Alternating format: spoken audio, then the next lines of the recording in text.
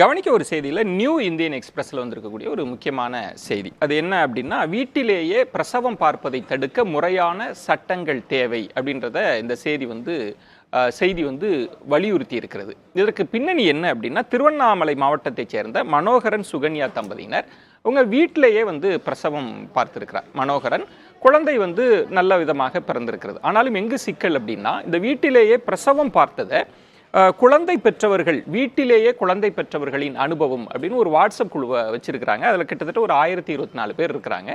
அவங்கெல்லாம் தங்களுடைய அனுபவங்களை வீட்டிலேயே பிரசவம் பார்த்த அனுபவங்கள் எல்லாம் பகிர்ந்து கொண்டு இருக்கிறாங்க. அதன் அடிப்படையில் தான் இவரும் வீட்டிலேயே பிரசவம் பார்த்திருக்கிறார். திருவண்ணாமலையை சேர்ந்த மனோகரன். இது வெளியில தெரிந்த பிறகு சுகாதாரத்துறை அதிகாரிகள் இது தவறு அப்படின்னு சொல்லி காவல் நிலையத்துக்கு போய் புகார் கொடுக்குறாங்க.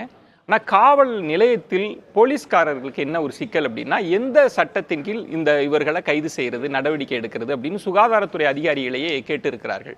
அப்போதான் இந்த இடம் ரொம்ப முக்கியமான கேள்வியை எழுப்புகிறது. நீங்கள் என்னதான் குழந்தை நல்ல விதமாக பிறந்தாலும் சிக்கல் வந்தால் அது பெரிய ஆபத்தை ஏற்படுத்திவிடும்.